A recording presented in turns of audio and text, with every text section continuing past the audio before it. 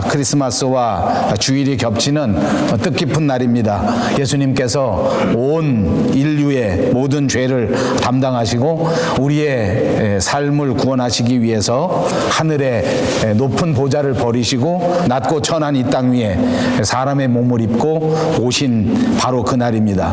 이 성탄의 기쁜 소식이 저와 여러분 그리고 온 누리에 퍼져나가기를 주님의 이름으로 축복합니다. 옆에 있는 분들과 인사합니다. 메리 크리스마스. 즐거운 성탄절이 되시기 바랍니다. 오늘 본문 10절과 11절 말씀에 천사가 이르되 무서워하지 말라. 보라, 내가 온 백성에게 미칠 큰 기쁨의 좋은 소식을 너희에게 전하노라. 오늘 다윗의 동네에 너희를 위하여 구주가 나셨으니 곧 그리스도 주시니라. 너무 유명한 말씀입니다. 예수님의 탄생의 소식은 온 백성에게 미치는 큰 기쁨의 좋은 소식입니다. 이 기쁨의 소식은 복음의 소식이요, 이 기쁨의 소식은 바로 구원 받았다고 하는 소식이요, 이 소식이야말로 우리가 이 세상에서 축복받고 살아가는 사람들이라고 하는 것을 다시 한번 일깨워준 소식인 줄로 믿습니다. 이 예수님의 탄생을 통해서 우리는 오늘 다시 한번 우리가 구원받았다고 하는 사실, 그리고 이 놀라운 복음의 주인공이 되었다고 하는 사실, 그리고 우리의 삶에 하나님께서 축복하신 축복의 사람들이라고 하는 사실을 다시 한번 깨닫고 믿고 붙잡고 살아가시는 저와 여러분 모두가 되시기를 다시 한번 주님의 이름으로 축복합니다. 어떤 소식인가 하는 것을 잠깐 생각해 봅니다. 첫째로 예수님의 탄생의 소식은 우리의 구원의 소식입니다. 우리에게 구원을 가져다 주신 아름다운 소식인데, 마태복음 1장 21절에 아들을 낳으리니 이름을 예수라 하라. 그가 자기 백성을 죄에서 구원할 자다라고 말씀해 주셨습니다. 모든 사람들이 죄를 범하였기 때문에 하나님의 영광에 이르지 못하는 것이 이 세상의 형편입니다. 이 영원한 형벌에서 우리를 구원해 줄 자가 세상에 아무도 없었습니다. 바로 베들레헴에 태어나신 그 말 구유에 나신 예수 그리스도 주님이야말로 이 죄에서 우리를 구원해 주실 구세주인 줄로 믿습니다. 주 예수를 믿으라. 그리하면 너와 내 집이 구원을 얻으리라. 말씀 가운데 선포해 주셨습니다. 그러므로 우리 인간들은 누구든지 주님을 믿으면 구원을 받게 되고, 어떤 죄가 있다고 할지라도 이 예수님 때문에 모든 죄가 용서받게 되었다고 하는 사실을, 이미 이루어졌다고 하는 사실을 우리는 분명히 믿어야 될 줄로 믿습니다. 이렇게 예수님께서는 이 세상에 구원자로 오셨습니다. 멸망에서부터 우리를 구원해 주셨고, 환난에서부터 우리를 구원해 주셨고, 어둠의 죄악에서부터 우리를 구원해 주셨고, 저주의 사슬에서 우리를 구원해 주셨고, 이제 마귀 사탄 이 모든 사망의 어두움의 세력 속에서도 우리를 구원해 주셨다고 하는 이 사실을 꼭 붙들고 꼭 믿으시기를 다시 한번 주님의 이름으로 축복합니다. 또 예수님의 탄생의 소식은 우리에게 만남의 축복을 가져다 주는 좋은 소식입니다. 오늘 본문에 보니까 천사들에게 아기 예수 탄생의 소식을 전해 듣게 되었습니다. 그 목자들은 이 소식을 듣게 된 다음 베들레헴 마구간에 찾아가 탄생하신 아기 예수를 이 세상 그 어떤 사람들보다도 가장 먼저 만나게 되는 만남의 축복을 받았단 말입니다. 성경을 보십시오. 누구든지 예수님을 만난 그 만남의 축복을 받은 사람들의 이야기입니다. 세상 살아가는 동안 자기 삶에서 예수님을 만난다고 하는 것, 하나님을 만난다고 하는 것은 이 세상의 축복의 기본이 되는 것이요, 이 세상에서 위대하게 쓰임받을 수 있다고 하는 엄청난 사실을 가르쳐 주는 것입니다. 주님을 만난 사람들마다 모두가 다 변화를 받았습니다. 주님을 만난 사람들마다 모두가 다 하나님께 크게 쓰임을 받았습니다. 이것이 바로 만남의 축복입니다. 이 성탄절에 아기 예수님을 만나는 만남의 축복이 저와 여러분에게 있으시기를 바랍니다. 우리의 인생 자체가 바로 만남의 역사일 것입니다. 우리는 예수님을 만났고, 우리는 예수님 때문에 우리 인생의 가장 귀한 사람들을 만나게 된 것입니다. 이제 우리는 아름다운 가족들을 만나고, 이제 우리는 아름다운 교회를 만나고, 특별히 우리의 젊은이들이, 우리의 자녀들이 인생 가운데 하나님과의 진정한 만남을 이루게 되기를 간절히 소원합니다. 그들이 예수님과의 만남을 통하여 모세처럼, 다윗처럼 하나님 앞에 위대한 일꾼이요 민족과 세계를 위하여, 역사를 위하여 아름답게 쓰임받는 일꾼으로 성장해 갈 줄로 믿습니다. 예수님의 탄생은 세 번째로 임마누엘의 축복입니다. 오늘 마태복음 1장 23절에 보라, 처녀가 잉태하여 아들을 낳을 것이요 그 이름을 임마누엘이라 하리라 하셨으니, 이를 번역한즉 하나님이 우리와 함께 계시다 함이라 라고 기록되어 있습니다. 이제 예수님께서 우리에게 이 땅에 찾아오신 것을 통하여 우리는 임마누엘의 축복을 받는 것입니다. 이제부터 세상 끝날까지 우리와 항상 함께 해주시겠다고 하는 축복의 말씀인 줄로 믿습니다. 이 세상이 다 끝나고 우리의 인생이 다 끝나고 모든 것의 종말을 이루는 그때까지 예수님께서 저와 여러분과 함께 해주신다는 것입니다. 이제 우리의 인생에 예수님이 함께 해주셔서 늘 동행해 주신다는 것입니다. 하나님이 함께 해주시면 우리는 언제나 하나님의 은혜 가운데 살아갈 수가 있는 것입니다. 그러므로 저와 여러분은 은혜의 사람입니다. 여러분 입으로 한번 다시 해보십시오. 저는 은혜의 사람입니다.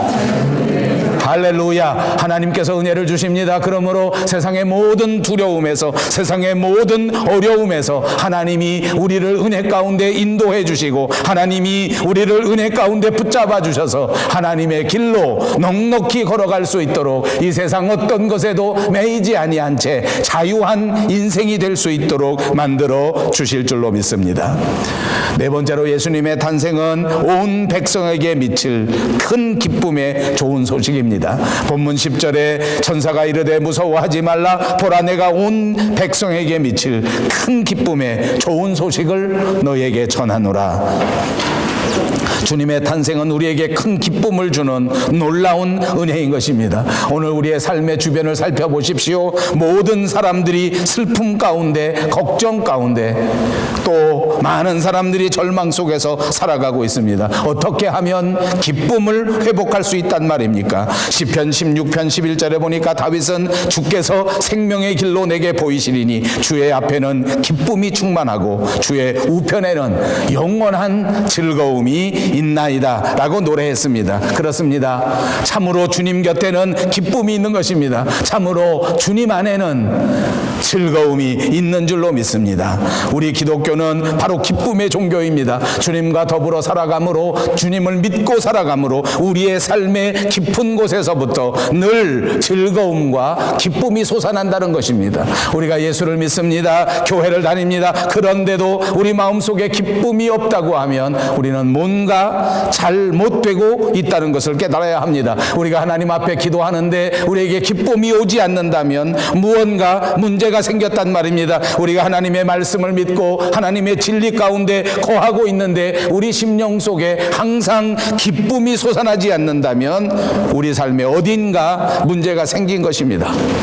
동방에서 별을 보면서 날마다 별을 연구하던 박사들이 있었습니다. 그들은 어느 날 갑자기 신기한 별을 하늘에서 발견하게 되었습니다. 이것저것 생각해보고 이렇게 저렇게 분석해보니까 분명히 이 별의 징조는 이 세상을 구원하실 메시아가 이 땅에 오게 된 징조라는 것을 알게 되었습니다. 그래서 그들은 이 별을 따라가기로 결심합니다. 많은 길을 가야 하고 많은 시간을 여행해야 하지만 그들은 이 별을 보면서 그 광야의 길의 여행을 시작하게 되었습니다. 마태복음 2장 10절에 보니까 저희가 별을 보고 가장 기뻐하더라 라고 기록하고 있지 않습니까? 동방박사는 아직 아기 예수를 만나지도 못했습니다. 동방박사는 아직 태어나신 예수님을 만나지도 않았는데 그 별만 바라보고도 기뻐하다고 이렇게 성경이 기록하고 있는 것입니다. 예수님의 소식만 듣고도 기쁨이 충만합니다. 사랑하는 여러분, 우리가 정말로 성령 충만하고 믿음 충만할 때 어땠습니까? 저는 돌이켜보니까 제가 믿음 충만했을 때에는 예수님만 생각하면 저절로 기뻐지고, 말씀만 생각하면 마음속에 감동이 오고, 교회만 생각하면 저절로 마음속에 웃음이 나고 좋았습니다.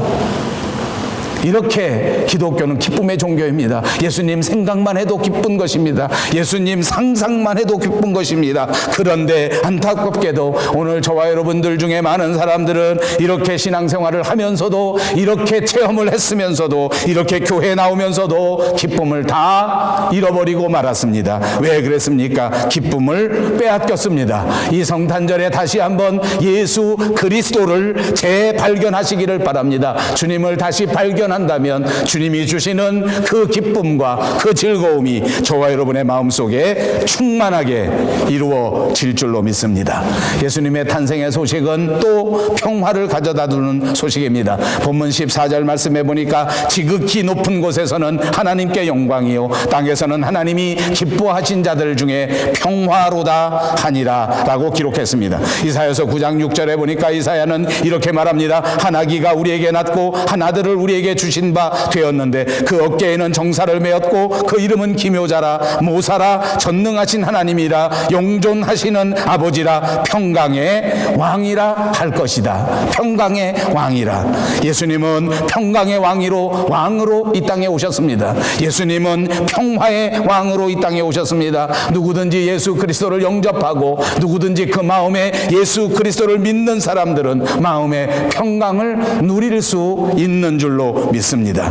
그렇습니다. 예수 안에는 불안이 사라지고 예수 안에는 무서움이 사라지고 예수 안에서는 두려움과 공포가 물러나게 될 것입니다. 예수님이 주시는 평화와 안식을 얻게 될 줄로 믿습니다. 이 2016년 성탄절에 저와 여러분 그리고 우리 교회 안에 하나님이 주시는 진정한 평화가 강처럼 충만하시기를 바랍니다. 주님이 주시는 평안, 주님이 주시는 이 평화, 이것은 결코 세상이 주는 평안과는 비교할 수 없는 참다운 평안인 줄로 믿습니다. 마지막 6번째로 예수님의 탄생의 소식은 마음이 가난한 우리를 부욕해 하시는 큰 기쁨의 좋은 소식인 줄로 믿습니다. 예수님이 이 땅에 우리에게 오신 것은 우리로 하여금 부요하게 되게 하시기 위하여 오셨다는 것입니다. 우리 육신의 부모도 우리의 자녀들이 잘 되기를 원하고 또 우리 자녀들이 잘 살게 부요하게 살기를 원해서 그토록 땀 흘리고 그토록 노력하고 그토록 교육시키고 그토록 후원하고 있는 것이 아니겠습니까? 하물며 하늘에 계신 우리 아버지가 저와 여러분이 풍족하게 부요하게 넉넉하게 살도록 만들어 주시지 않겠습니까? 그러나 여러분 꼭 한 가지 잊지 말고 기억하십시오. 우리가 살아가면서 이 세상에서 부요하게 살아가는 것, 이 세상에서 부자로 살아가는 것은 단순히 돈만으로 물질만으로 이루어지는 것이 아니란 말입니다. 요즘 사람들은 너무나 물질에 매여 있습니다. 너무나 돈에 매여 있습니다. 얼마나 돈에 많이 매여 있는지 이런 우스꽝스러운 이야기가 있다고 합니다. 옛날 우리 남자와 여자가 서로 연애할 때에 여자들은 남자에게서 감동을 받고 가슴이 두근거리는 사연이 있습니다. 그게 언젠가 보니까 남자가 드디어 마음의 결심을 하고 여자에게 사랑을 고백하면 그러면 여자는 가슴이 두근두근 한답니다. 그런데 이것이 옛날 여자라는 것입니다. 요즘 여자는 남자가 고백해도 가슴이 두근거리지 않습니다. 어떤 경우에 가슴이 두근거리는가 봤더니 남자가 돈이 많다고 하면 가슴이 두근거리는 게 아니라 심장이 벌렁벌렁하면서 뛴다고 합니다. 그렇게 돈에 꽉 매여 있다고 하는 모습을 풍자한 그런 이야기 아니겠습니까? 여러분, 이 2016년 성탄절에 과연 우리를 부요하게 하는 것은 어떤 것인가 하는 것을 더 깊이 생각하시고 분명히 확정할 수 있는 이 절기가 꼭 되시기를 바랍니다. 내가 인생을 건강하게 살아가기 위해서, 내가 인생을 부요하게 살아가기 위해서, 내가 이 인생을 의미 있게 살아가기 위해서 내게 필요한 것은 어떤 것인가, 하나님이 내게 주시고자 하는 것은 어떤 것인가, 이것을 분명하게 깨닫고 이것을 확정할 때에 우리는 이 경제 위기 살벌한 세상 속에서도 우리를 부욕해 하시는 그리스도를 붙들고 세상 그 어느 곳에서도 줄 수 없는 결코 차원이 다른 아름다운 축복의 사람들이 다 될 수 있는 줄로 믿습니다. 여러분 아십니까? 이 세상에서 가장 오래 사는 새 중에 하나는 솔개라고 하는 새라고 합니다. 보통 이 솔개는 약 40년 정도를 사는 것이 보통이랍니다. 얼마나 오래 사는 것입니까? 그러나 이 솔개 가운데에는 40년만 사는 것이 아니라 또 절반 이상이 70년까지 살 수 있다고 합니다. 그래서 솔개의 수명은 약 70년이 된다고 하니 정말 어마어마하게 오래 사는 것입니다. 근데 여러분, 어떤 솔개는 40년을 살고 어떤 솔개는 70년을 사는데 그 구분을 살펴보니까 이런 차이점이 있다고 합니다. 40년을 살고 죽는 솔개보다 70년을 살고 죽는 솔개는 결정적인 과정이 하나 필요한데 40년쯤 됐을 때에 정말 고통스럽고 정말 중요한 인생의 결단을 해야만 한다는 것입니다. 대부분의 솔개는 40년이 지나면 생물학적 수명이 다 되는 것과 비슷하답니다. 그래서 발톱이 다 노화되어 버려서 더 이상 이 날카로운 발톱을 통하여 사냥감을 잡아챌 수가 없게 된다는 것입니다. 그 딱딱하던 부리, 그 날카로운 부리도 40년 지나게 되면 이것이 다 흐물흐물해질 뿐만 아니라 부리가 쭉 늘어져서 그만 늘어진 부리가 자기 배를 칠 만큼 그런 모양이 되어 버린다고 합니다. 또 깃털도 변화가 되는데 40년쯤 살게 되면 깃털이 점점 두꺼워지고 점점 뻣뻣해져서 너무 무거워서 하늘을 나를 때 그 깃털 무게 때문에 하늘을 나는 것도 힘들어 버리게 된다는 것입니다. 그래서 대부분 40년쯤 산 솔개가 그때쯤 돼서 한번 결단을 하게 되는데 그 결단이 무엇인고 하니 이 40년 늙은 그 자기의 육체를 이끌고 높은 산으로 올라가는 것입니다. 산 꼭대기 높은 곳에 올라가서 거기 가서 자기 집을 만들고 거기서 약 6개월 동안 정말 뼈를 깎는 새로운 삶을 거기서 과정을 지나가게 된다 그 말입니다. 무엇을 합니까? 거기서 자기의 다 늘어져 버린 부리를 이제는 더 이상 딱딱해지지 않은 부리를 스스로 바위를 막 쪼면서 그 부리를 전부 떨어뜨려 버리는 것입니다. 다 부리가 없어질 때까지 자기 스스로 바위에 대고 부리를 찢는 것입니다. 정말 아프고 정말 고통스러운데 그럼에도 불구하고 계속해서 자기 부리를 찝니다. 그러면 부리가 다 피가 나고 부리가 다 없어지게 되면 그 속에서 다시 조금씩 새 부리가 나오는데 옛날 부리처럼 단단하고 날카로운 부리가 나온다는 거예요. 그러면 그 부리를 가지고 이제부터는 자기 발톱을 찍습니다.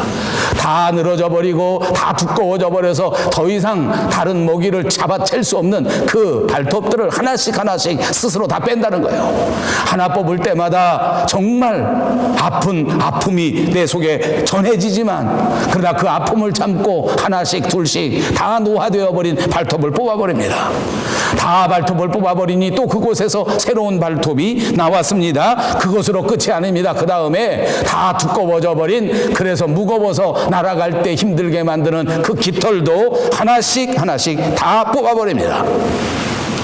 그리고 나니까 그 아픔을 겪어보니까 그 결단을 이루고 나서 보니까 다시 날개의 깃털을 얻게 된 것입니다. 다시 날카로운 부리를 얻게 된 것입니다. 다시 날카로운 발톱을 얻게 된 것입니다. 이렇게 새로 태어난 솔개는 다시 30년쯤 수명을 살 수 있다는 것입니다. 저도 전해 들은 이야기입니다. 그러나 사실일 것 같지 않습니까? 여러분, 제가 이 말을 이 크리스마스에 왜 하는지 압니까? 오늘 저와 여러분에게는 이 크리스마스에 솔개와 같은 결단이 필요하기 때문입니다. 이제 저와 여러분의 신앙생활은 완전히 바뀌어야 합니다. 세상은 날마다 바꿔지고 달라지고 변화되고 있는데 이 세상에 따라서 우리 신앙인도 다시 새로워지고 다시 하나님 앞에 말씀으로 변화되어야 할 터인데, 그런데 여전히 믿노라 하면서도 변화되지 않습니다. 고정관념에 사로잡혀서 여전히 자기 생각에 빠져 있습니다. 자기 고집에 빠져 있습니다. 정말 안타까운 것은 얼마든지 자기 수준에서 벗어나서 하나님이 기뻐하시는 아름다운 수준에까지 올라갈 수 있는 그런 귀한 성도들이 그만 스스로 그 수준에서 빠져나오지 않는 것입니다. 그냥 저급한 수준에서 만족하고 살아갑니다. 그냥 열등한 수준에서 아무것도 하지 않고 살아갑니다. 그만 이 세상에 와서 그냥 마지널 피플, 그냥 변두리에 있는 한 사람으로서, 그냥 에스닉으로서 그냥 살아가려고 생각한단 말입니다. 이렇게 생각하는 한 우리는 변화되지 않습니다. 이렇게 생각하는 한 우리는 갱신할 수 없습니다. 아무리 말씀을 들어도, 아무리 예수님을 만나도, 축복의 삶을 기쁨을 누리지 못합니다. 여러분 명심하십시오. 조금 아파도, 조금 괴로워도 이제까지 살아왔던 육신의 방법을 완전히 부셔버리고 믿음의 생각으로 거듭나야 합니다. 지금까지 살아왔던 나태했던 생각을 다 부추어버리고 이제 완전히 새로운 거룩한 삶을 시작해야 합니다. 그러므로 그리스도 안에 있으면 새로운 피조물이라. 이전 것은 지나갔으니 보라 새 것이 되었도다. 이제 이 성탄절이 지나면 우리 교회는 종교개혁 500주년을 맞는 것입니다. 개혁이 무엇입니까? 새로워지는 것입니다. 개혁이 무엇입니까? 갱신하는 것입니다. 이제까지 세상에 빠져서 살았던 나의 안목을 바꾸는 것입니다. 이제까지 세상을 따라서, 유혹을 따라서, 욕심을 따라서 살았던 나 자아를 내려놓고 우리를 온전케 하시는 그분 예수 그리스도를 바라보면서 그분과의 이 성탄의 만남을 통하여 완전히 변화되고 새로워져서 하나님을 기쁘시게 하는, 하나님 앞에 위대한 일을 감당할 수 있는 진정한 하나님 나라의 일꾼으로 변화돼야 된다는 말입니다. 2016년 성탄절 저도, 그리고 여러분들도, 그리고 우리 교회도 이렇게 아름답게 변화돼서 진정한 성탄의 기쁨을 누릴 수 있는 은혜의 절기가 다 되시기를 주님의 이름으로 축복합니다. 기도합니다. 자비하신 우리 하나님 참 감사합니다. 이제 우리의 신앙생활이 성탄을 통하여 완전히 변화될 수 있도록 도와주시옵소서. 조금 힘들어도, 조금 괴로워도 우리의 잘못된 생각 다 내려놓고, 우리의 잘못된 욕심 다 내려놓고 주의 말씀대로, 주의 성령의 은혜대로 새로운 삶을 살아갈 수 있게 도와주시옵소서. 예수님의 이름으로 간절히 기도하옵나이다. 아멘.